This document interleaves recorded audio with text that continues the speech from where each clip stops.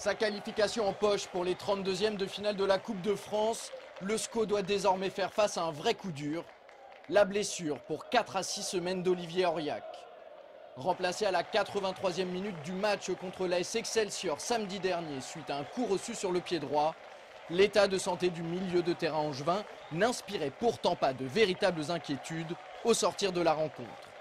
Mais les examens réalisés hier sont sans appel. Olivier souffre d'une entorse de la cheville avec arrachement osseux. Il est d'ores et déjà forfait pour les chocs face à Metz et Nantes, respectivement programmés vendredi et mardi prochain.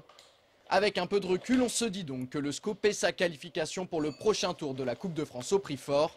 N'est-ce pas, Olivier? Un peu, même beaucoup, je dirais. Je suis un peu dégoûté parce que c'est dans une période où je commence à bien revenir. Donc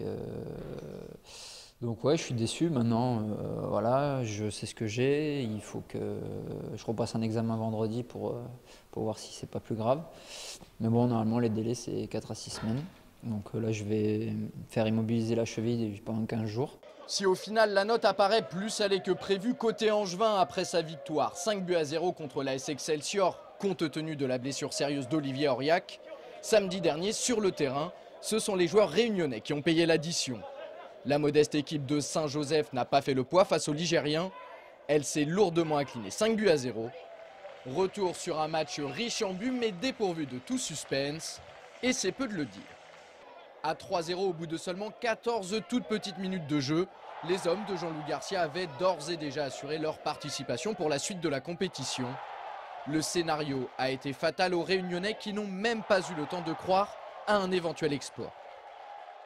Ils se sont compliqués un petit peu la tâche en concédant ce premier but un petit peu gag au bout de 2 minutes. Et puis sur l'engagement, tout de suite, on a décidé de marquer le coup en poussant très fort après ce premier but. Et on a marqué le second au bout de 6 minutes qui je pense, tue le match. 2-0 au bout de 6 minutes, 3-0 au bout d'un quart d'heure. L'entame de match les a complètement condamnés. Et l'expulsion de Gangad dès la 50e minute n'a rien arrangé. En seconde période, les Saint-Josephois encaissent 2 buts supplémentaires et s'inclinent logiquement 5-0. La différence entre les deux formations était tout simplement trop importante. On a essayé de limiter la casse, comme on dit. Mais bon, le score 5-0 est largement mérité. En face, c'est des pros aussi. Donc, je pense qu'il y a un gouffre entre nous et la Ligue 2, c'est clair. Bon, on a essayé de prendre du plaisir. On a essayé de prendre du plaisir sur le terrain, tout ça. Essayer de montrer qu'on pouvait avoir des actions et tout, se procurer des occasions. Bon, ben, en face, c'est du costaud et j'espère qu'ils iront loin, quoi. Mais avant de penser à la finale, les Angevins devront se déplacer dans l'Hérault pour le prochain tour de la compétition. Ils y affronteront une formation qui évolue en division d'honneur, l'AS Latte. Un tirage on ne peut plus favorable.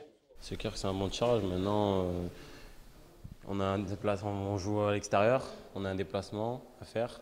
Donc c'est vrai que sur le papier, c'est une équipe très abordable. Maintenant, ça reste qu'un match, c'est un match de Coupe de France, on sait ce que ça représente un match de Coupe.